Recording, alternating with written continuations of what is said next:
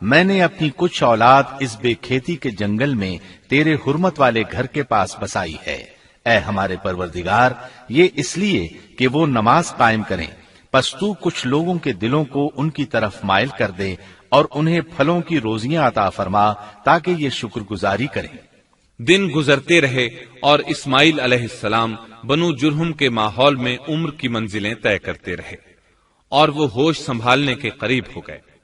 ابراہیم علیہ السلام ہر سال 1-2 بار اپنے گھرانے کی دیکھ بھال کے لیے چکر لگاتے تھے۔ جب اسماعیل علیہ السلام نے ہوش سنبھالا تو ایک بار پھر ایک عظیم آزمائش کا وقت آ گیا۔ ہوا یوں کہ ایک مرتبہ ابراہیم علیہ السلام مکہ تشریف لائے، ایک جگہ آرام کے لیے بیٹھے کہ نیند کی وادی میں پہنچ گئے۔ نیند میں انہوں نے خواب دیکھا کہ اپنے لخت جگر کو اپنے ہاتھ سے ذبح کر رہے ہیں، ساتھ ہی آنکھ کھل گئی۔ ابراہیم علیہ السلام جانتے تھے کہ انبیاء کرام کے خواب حقیقت ہوتے ہیں، اللہ کی طرف سے وحی ہوتے ہیں، اور شیطان کسی صورت ان کے خواب میں نہیں آ سکتا، لہذا انہوں نے اس خواب کے مطابق عمل کرنے کا پختہ ارادہ کر لیا، کسی قسم کی پریشانی کا شکار نہ ہوئے۔ اللہ رب العزت نے اس عظیم اور تعجب خیز واقعے کا قرآن مجید میں ذکر کرتے ہوئے فرمایا، اور ابراہیم نے کہا، میں تو ہجرت کر کے اپنے پروردگار کی طرف جانے والا ہوں، وہ ضرور میری رہنمائی کرے گا۔ اے میرے رب، مجھے نیک بخت اولاد عطا فرما۔ تو ہم نے ایک بردبار بچے کی بشارت دی۔ پھر جب بچہ اتنی عمر کو پہنچا کہ اس کے ساتھ چلنے پھرنے لگا تو ابراہیم نے کہا، میرے پیارے بیٹے، میں نے خواب دیکھا ہے کہ میں تجھے ذبح کر رہا ہوں، اب تو بتا تیری کیا رائے ہے؟ یہاں سوال پیدا ہوتا ہے کہ ابراہیم علیہ السلام نے اسماعیل علیہ السلام سے مشورہ کیوں لیا؟ وہ چاہتے تو اسماعیل کو سوتے میں ذبح کر دیتے، اس طرح اللہ کا حکم بجا لاتے۔ وہ بیٹے کے پاس کیوں گئے اور ان سے مشورہ کیوں لیا؟ جی ہاں، یہ مسئلہ یاد رکھنے کے قابل ہے کہ ہر مسلمان پر لازم ہے کہ وہ اپنے دوسرے مسلمان بھائی کو اجر و ثواب میں شامل کرنے کی کوشش کرے۔ ابراہیم علیہ السلام نے بیٹے کو ثواب میں شامل کرنے کے لیے انہیں اللہ کے حکم سے آگاہ کیا۔ یہ نہ چاہا کہ میں اکیلا ہی اجر لیتا رہوں، بلکہ دوسرے کی خیر خواہی کو پیش نظر رکھا۔ والدین کے لیے آپ کے اس انداز میں نصیحت موجود ہے، یہ کہ اولاد کو ثواب کے مواقع فراہم کریں، ان کی صحیح تربیت کریں۔ اگر صدقہ کرنے کا موقع ملے تو بچوں کے ذریعے صدقہ کرائیں تاکہ انہیں بھی اللہ کے راستے میں خرچ کرنے کی عادت پڑے۔ جب کسی دینی مجلس میں بیٹھنے کا موقع ملے تو اپنی اولاد کو بھی ساتھ لے کر جائیں۔ بے شمار لوگ خود تو جاتے ہیں، اولاد کو جانے کے لیے کہتے بھی نہیں، خود دین سیکھتے ہیں، اولاد کو دین نہیں سکھاتے۔ ابراہیم علیہ السلام نے اسماعیل علیہ السلام سے رائے لی۔